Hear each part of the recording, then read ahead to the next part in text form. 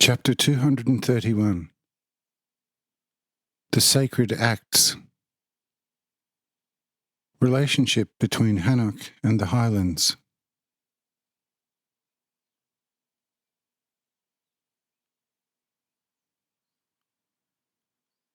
All of these provisions were engraved on golden, one-line and 2.195 millimeters thick pages, and then read also to the deputies of Hanoch.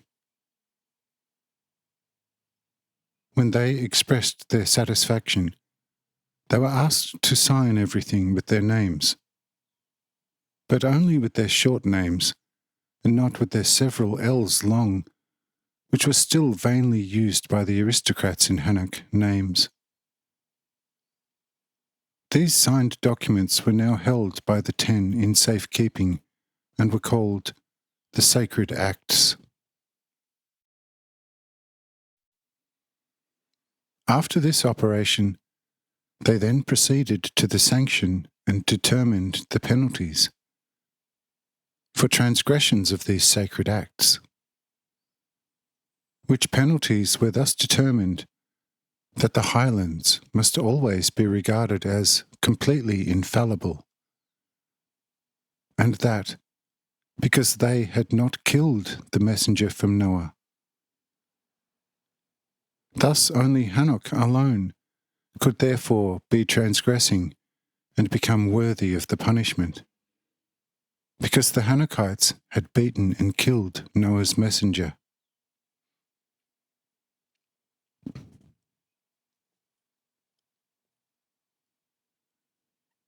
Graz said very secretly to one of the 10, "Friend, as long as you shall live, the Highlands will certainly remain infallible.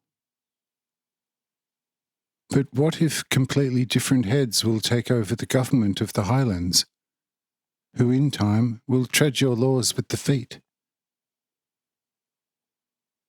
Should also then the Highlands be considered infallible?"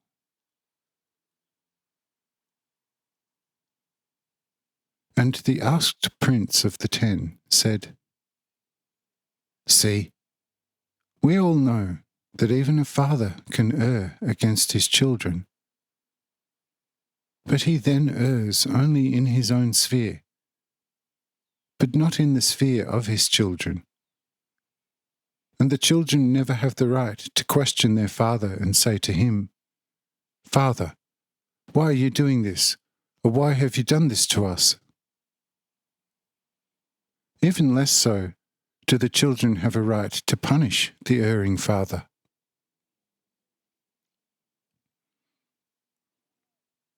And behold, the same relationship as between father and child also prevails here, now between us and you.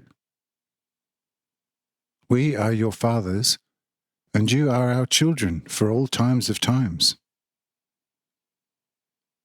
And this prevailing relationship is fair, because it is equal to the divine, where also God eternally is an all-ruling Father to all of his children.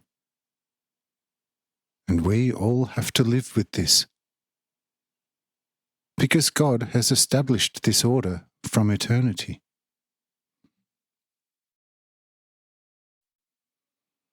Moreover, with the 10 rulers who are completely one-minded, fallibility is anyway unthinkable, because in case of death, the new crown heir must, firstly, fully follow the footsteps of his predecessor, and secondly, he can never introduce a new order because he always have 9 old, or at least older, regents at his side, who will certainly not lend the newcomer an ear if he would consider reforms.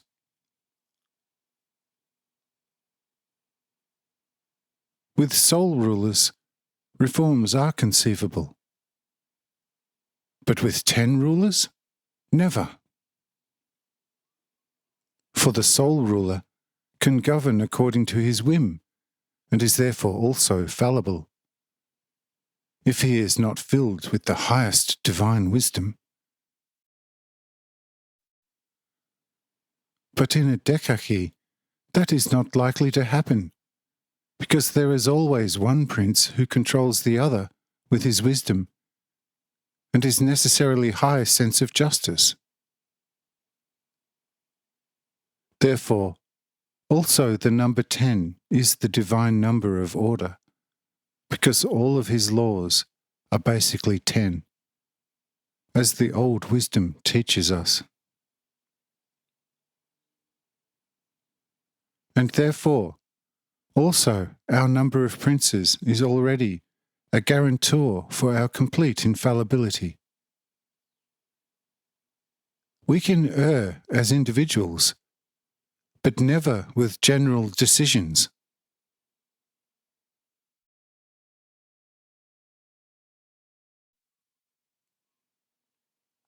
With this explanation, Guret had to be satisfied, took over the jewels, and went, as the confirmed king of Hanoch by the 10, with the one senior priest and the 100 deputies to Hanoch.